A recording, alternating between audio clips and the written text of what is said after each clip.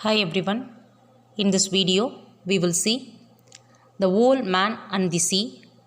It is a novella written by Ernest Hemingway.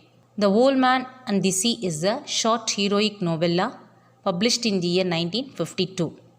For this work, Hemingway got Pulitzer Prize in 1953 and also got Nobel Prize in 1954. Especially for the mastery of the art of narrative. This technique we can see in the story The Old Man and the Sea. It was his last major work of fiction because he has published many short stories also. This story takes place in the month of September in the year 1940s. The source of this work, On the Blue Water, a Gulf Stream Letters. Actually, it is published as an article in the year 1936 issue of Esquire magazine. Many critics compared this work with the works of William Faulkner's short story The Bear and Herman Melville's Moby Dick. It is an adventurous novel. This work dedicated to his publisher Charlie Scribner and his literary editor Max Perkins. The story centers on an aging fisherman, Santiago, who emerges in an epic battle, that is long battle, to catch a giant marlin fish. The Old Man and the Sea was first published in its entirety in Life magazine in 1951. Later only it was published as a book in the year 1952. Hemingway was often praised for his minimalistic style, that is iceberg theory he used. It means he avoids lengthy description, he focused only context and he used very little interpretation. Here the characters, the first two characters are very important in this novel. The other characters, they never appear in the novel, but they too play a significant role in this novel. Santiago, hero of the story, an old fisherman in Cuba. The whole story revolves around his moral values, courage, determination and willpower. Manolin, Santiago's friend, the only one companion and assistant, apprentice and well-wisher who fished with him since the age of 5 and now cares for the old man. He shows his love and affection towards the old man.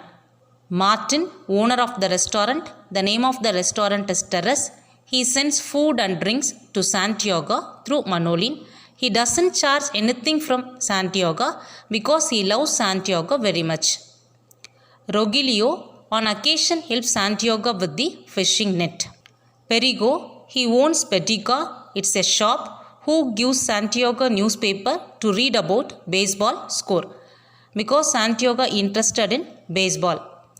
Joe DiMaggio, he is the best baseball player and hero of the New York Yankees. Santiago admired him as his role model and also admired his strength and commitment. These are the names of the fish in this story. Among these, marlin played an important role in this story. Marlin, an 18-foot bluish billfish, it is not just a big fish but also one with a true fighting spirit. We can learn that fighting spirit from this fish marlin. Another fish is Maco, a mackerel shark. In Spanish language, it is known as dentuso. It is described as frightening killer known for its rows of large, sharp teeth and fastest fish in the sea. Another fish, shovel-nosed sharks. It is described as scavenger sharks. In Spanish language, it is known as galanos. The scavenger sharks means bad-smelling sharks that destroy the marlin. Here the short summary of this novella. The setting of the story on the coast of Cuba near Havana. An old widowed fisherman named Santiago who has been unable to catch a fish for the past 84 days. His apprentice Manolin has been forced by his parents to seek another luckier employer because according to Manolin's parents, Santiago is an unlucky fisherman. So that only Manolin seeks another employer. But he continues to help Santiago's launch and getting back his boat from the ocean each day.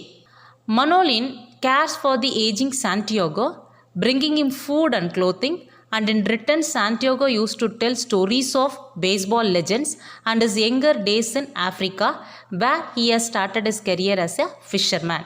Every night Santiago dreams of lions on the beaches of Africa. His dreams only on lions, no other dreams in his sleep. According to Santiago, 85 is the lucky number. So it is the early morning of the 85th day. Manolin helps Santiago launch his boat into the sea. In the sea, from the morning to early afternoon, he doesn't get any fish. After that, he catches a 10-pound tuna which he decides to use for his meal. After a few minutes, he realized that a huge fish caught in his hook. That huge fish here, that marlin. The marlin is very big. So Santiago unable to pull out marlin, but marlin pulls Santiago's skiff. He pities the fish, even loves it, but is still determined to kill it because he loves marlin very much, but as a fisherman, it is his duty to kill it. Santiago's second day at the sea, the marlin suddenly pulling the line and cutting Santiago's hand. When he nurses his hand, the marlin jumps up out of the water, and Santiago at first he see the fish which is very big than he imagined. He prays that he will be able to kill the marlin and wonders what his hero Joe DiMaggio would do if he were in Santiago's situation. Whenever he gets tired, immediately he thinks about his hero Joe DiMaggio, what he will do in this situation, because he admired his strength and commitment. The marlin tires and begins circling the boat as Santiago grows weaker from lack of sleep and exhaustion. So the whole energy exhausted. After a long struggle, finally Santiago uses all his strength to harpoon and kill the marlin. Santiago ties the marlin to the side of his boat and begins sailing back toward his hometown, Cuba. During the homeward journey, however, it's the third day at sea. His struggle not ended with Marlin's death. After that also he faced many challenges because sharks attacked the boat and tearing the flesh from the marlin. Santiago fights desperately, killing or driving off most of the sharks. He killed many sharks here, but eventually the sharks eat all the flesh of the marlin. When Santiago pulls into the harbor, everyone is sleeping and Santiago struggled to carry his mast back to his shack because of his wounds. And leaving the marlin skeleton still tied to his boat in the harbor. So here the Santiago brought only the skeleton of marlin, still it tied to its boat in the harbor. The next day Manolin finds Santiago asleep in his shack. Manolin is overjoyed to see him, but cries when he sees the cuts and wounds in Santiago's hands. When Santiago wakes up from his sleep, Manolin tells him he doesn't care about his parents' words. Hereafter he is going to fishing with Santiago only. Meanwhile, as a party of tourists watches the marlin skeleton and mistakes it for a shark, because the miscommunication of the waiter from the restaurant. Santiago drifts back to sleep under Manolin's watchful gaze and dreams of lion.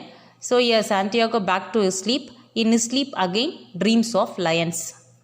These are also very important details which was not mentioned in the above slides.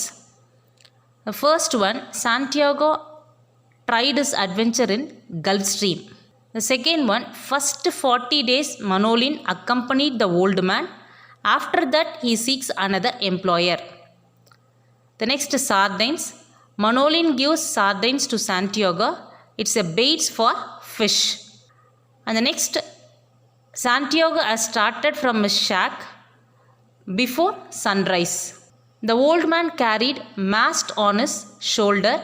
The other properties for fishing, it is carried by the boy. That properties are the wooden box with the coiled hard braided brown lines, the calf, and the harpoon with its shaft. The shack made up of the tough butt shields of the royal palm, which are called guano. The shack is nothing else, it is the hut of Santiago. Santiago was very much interested with this flying fish as they were as principal friends of the ocean. And he placed different baits in different fathoms. That is, first one 40 fathoms, second one 75, third one 100 and fourth one 125. In the ocean, he noticed a man of war bird. It indicates the presence of flying fish. The next he noticed a big school of dolphins, and on the surface of the ocean he saw sargasso weed and bladder of a Portuguese man of war floating besides the boat. When he noticed the weeds and the bladder of the Portuguese man of war, he started crying, and he cried with this word aquamala. It is a Spanish word, it means bad water. And first he hooked the 10-pound albacore. Here, these are the few items in his shack: a bed, a table, a chair, and a place on the dirt floor to cook with charcoal. And the walls are mentioned here as brown walls. In that wall, we can see Sacred Heart of Jesus and Virgin of Cobra. And Manolin usually asked about Santiago's dinner, and Santiago replied, yellow rice and fish. Both know there is no pot of yellow rice and fish. 85 is the lucky number of Santiago, and Santiago discussed baseball players. One player is Joe DiMaggio, who is his hero. The another baseball player here he has mentioned here, Dick Sister, and baseball managers John J. McEnroe, who is very much interested in horse racing beside baseball, and another manager Leo Dorcher, and his dreams: boyhood days of Africa, golden beaches and white beaches and lions. Santiago wished to have a radio and the boy to be with him, and he met a warbler. It is a small bird. He talked with him, and he considered marlin as his brother. Here marlins, the parts of the bodies are compared with its sword was as long as a baseball bat, and its tail was like a big side plate, and it is 2 feet longer than the boat, and the weight of the marlin is the 1,500 pounds. On this situation, he remembered that time in the tavern at Casablanca when he had defeated the huge Negro from Cienfuegos at hand wrestling. So he got victory and he defeated the Negro man in that hand wrestling, and after this victory, people had called him El Champion. And he discovered his real strength lay in his only right hand, and his left hand he mentioned it as a traitor. These are the famous quotes from this work. But man is not made for defeat. A man can be destroyed but not defeated. Every day is a new day. It is better to be lucky, but I would rather be exact. Then when luck comes, you are ready to have it. Fish, he said, I love you and respect you very much, but I will kill you dead before this day ends because I was born as a fisherman. Most people were heartless about turtles because a turtle's heart will beat for hours after it has been cut up and butchered. But the old man thought, I have such a heart too. He compares his heart with turtles. After he killed marlin, his heart will beat like a turtle's heart. I will say 10 Our Fathers and 10 Hail Marys that I should catch this fish, and I promise to make a pilgrimage to the Virgin T. Cobra. If I catch him, that is a promise. So he makes promise, if he is supposed to catch the fish, he will make a pilgrimage to the Virgin T. Cobra. Of fish that though were, I am sorry that I went too far out. I ruined us both, but we have killed many sharks, you and I, and ruined many others. During our long battle, you and I ruined many others, that is, many sharks. Another important quotation, but thank God they are not as intelligent as we who kill them, although they are more noble and more able. Here Marlin is very powerful than Santiago, but Marlin doesn't know its real strength, so Santiago thanks God. When he was alone in the sea, he thought no one should be alone in their old age. Thank you.